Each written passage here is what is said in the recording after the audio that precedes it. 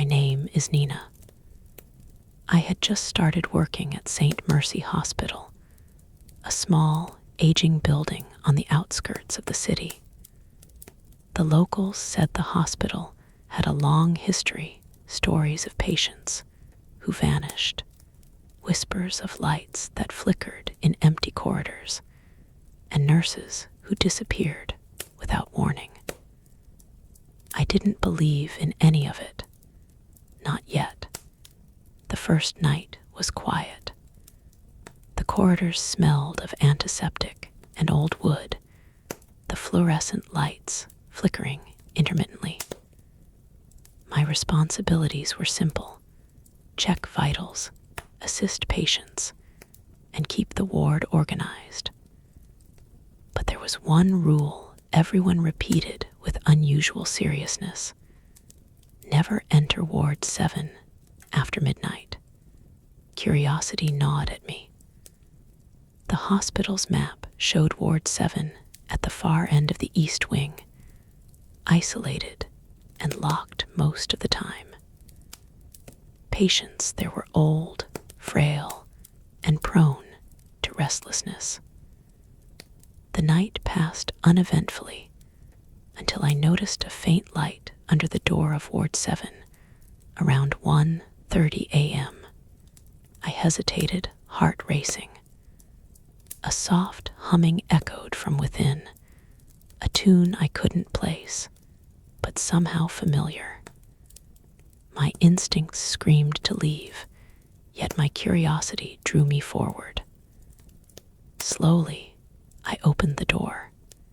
The room was empty, no patients, no staff, but the humming grew louder.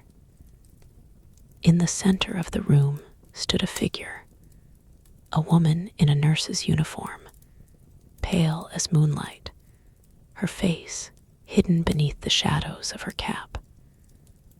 Her hands moved over a row of empty beds, brushing the sheets as if adjusting something invisible. When she noticed me, she turned slowly. Her eyes were dark pools, reflecting nothing and everything at once. A chill ran down my spine. "Are you the new night nurse?" she asked, her voice soft but edged with something unearthly. I nodded, though my voice was trapped in my throat. "Then you will see what the night holds," she whispered. And suddenly, the lights flickered out. The humming stopped, replaced by silence so thick it pressed against my ears. When the lights returned, she was gone, and I knew my nights at St. Mercy Hospital would never be the same. The following nights were worse. Every shadow in the East Wing seemed heavier, as if it carried memories that should have remained buried. Patients whispered about a nurse who never sleeps, a woman they saw in the corner of their vision, always observing, always silent. At first, I thought it was just imagination, stress, or the eerie atmosphere of the hospital. But deep down, I knew it was more. One night, while checking the vitals of a patient on the 3rd floor, I heard soft footsteps echoing down the corridor. The sound was deliberate, slow, almost ceremonial. My heartbeat quickened. The footsteps stopped outside my door, and a faint knock followed. "Who's there?" I called, my voice trembling. No answer. But the doorknob turned slowly, as if someone or something was testing it. I grabbed a flashlight and shined it down the hall. The corridor was empty. Yet, when I glanced back at the patient, their eyes were wide in terror, staring at something behind me. I turned sharply. Nothing. The old nurse, my mentor on the night shift, had warned me. Ward 7 is not just a ward. It's a threshold. Some nights the dead speak. Some nights they move. I didn't fully understand until that night. Compelled by curiosity and a strange sense of duty, I returned to Ward 7 around 2:30 a.m. The door, which was always locked, stood ajar, the faint glow of the humming light spilling out into the hallway. The air was colder than anything I had felt before, carrying the faint scent of antiseptic mixed with something earthy, like damp soil and decayed flowers.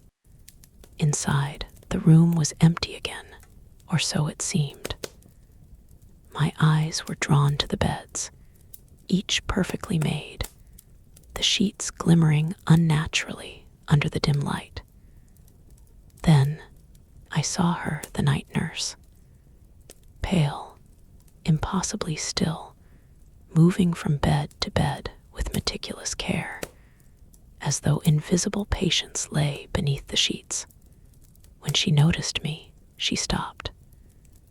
Her eyes were deep pools, reflecting decades of sorrow, secrets, and something darker. She spoke in a whisper that somehow filled the entire room. "Do you see them?" I shook my head, fear rooting me to the spot. The forgotten, those who came before, those who were neglected, overlooked, or erased. They wait here in this ward. Only the night can reveal them.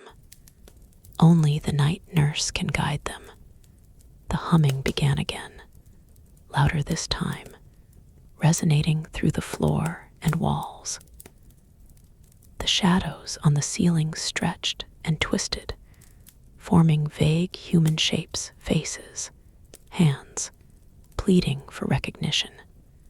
I realized then that the hospital held more than sick patients. It held memories, spirits, lives interrupted. And the night nurse, she was their guardian, or perhaps their warden. When I stepped closer, a cold wind swept through the room, extinguishing my flashlight. In the darkness, I felt her presence brush past me, and a whisper reached my ear. "You have seen them. You will stay as they do." The lights flickered back, and she was gone. The beds were empty. The air returned to normal, but my mind was racing. I knew I had glimpsed something eternal, something that existed in the space between life and death. From that night onward, I felt a pull every evening, dragging me toward Ward 7. I couldn't resist it, even though every instinct screamed to run. The night nurse was waiting, and she wanted me to see everything, every secret, every shadow, every whisper that the hospital tried to hide. The following week, I couldn't sleep. Every hour of daylight felt hollow, as though my mind was still trapped in the shadows of Ward 7. I found myself obsessively studying every journal, every old medical record I could find about the ward. Patients had vanished, some quietly in the night, others with hushed whispers about the nurse who watches from the corners. And always, the stories pointed back to one truth. No one left Ward 7 unchanged. One night, around 1:15 a.m., the humming began again. This time, it was louder, sharper, almost demanding. I approached the ward, my hands trembling, flashlight cutting thin beams through the darkness. The air was thick, carrying a scent that made my stomach turn old medicine, damp floors, and something far older, far colder. Inside, The night nurse stood exactly where she had the first night, pale, still, eternal. She didn't speak at first. Then, slowly, she turned, her eyes meeting mine. I realized that she wasn't human, not entirely, not anymore. She was something that had taken form in the space between life and death, bound to the ward, bound to the lost souls trapped there. "You've come," she said softly. Her voice was both comforting and terrifying. "Do you understand why I remain?" I think so," I stammered. "You protect them." "Not protect," she whispered. "I guide them. They do not rest. They do not leave, because the world forgot them. But the night brings them a chance to be remembered." The humming intensified.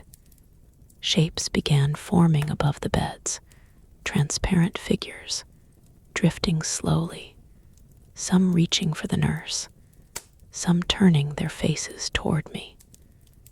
They weren't angry, not exactly. They were longing, sorrowful, trapped between worlds, waiting for acknowledgement. I stepped closer, heart pounding, feeling the weight of their years of neglect pressing down. "What do you want me to do?" I asked, my voice shaking. The nurse extended a hand, and I felt a cold gust of wind brush across my skin. "See them. Speak for them. Do not let the daylight erase their existence again. Tonight, you are the witness. You are their voice." Hours passed, or maybe minutes. Time seemed meaningless. I walked among the beds, whispering the names I found in the old journals, acknowledging the lives that had been forgotten. Each name I spoke caused a figure to glow softly, fading slowly, as if released. Some smiled at me, some reached out a grateful hand before disappearing completely. When the first light of dawn seeped into the ward, the humming ceased. The night nurse stood still, silent, watching. Then she turned to me, her expression unreadable, and whispered, "Now you understand. The ward chooses its witness. Tonight you joined us. But remember, every night they will need you again." Before I could respond, she vanished, dissolving into the first rays of sunlight. The ward was empty, yet alive in a way I could feel deep in my bones. From that day on, I knew my life had changed forever. The hospital, the ward, the night nurse, they were part of me now. Every night, I returned to Ward 7, not out of fear, but duty. I spoke the names of the lost, guided the spirits, and ensured they were not forgotten. And sometimes, when the wind whispers through the corridors and the lights flicker in the dark, I hear her humming. Not as a warning, but as a reminder. Some souls never leave, and some duties never end. I am Nina. The night nurse called me her witness, and now I cannot turn away. Thank you for listening to my story. If it captivated you, please subscribe, like, and share this video. I'd love to read your thoughts in the comments. Your support means the world.